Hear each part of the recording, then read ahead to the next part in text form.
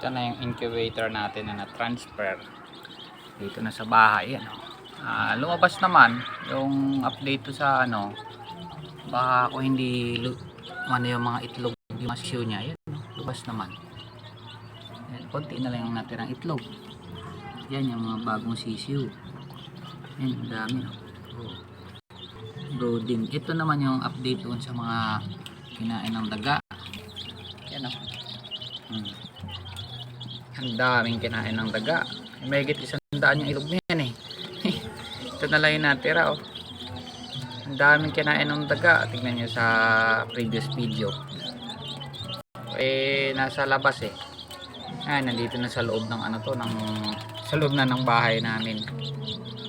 Hintayin muna natin lumaki-laki tapos i-transfer dun sa kulungan na ano, hindi mapapasok ng daga. Ayan. Lalaki na, mga 1 week na.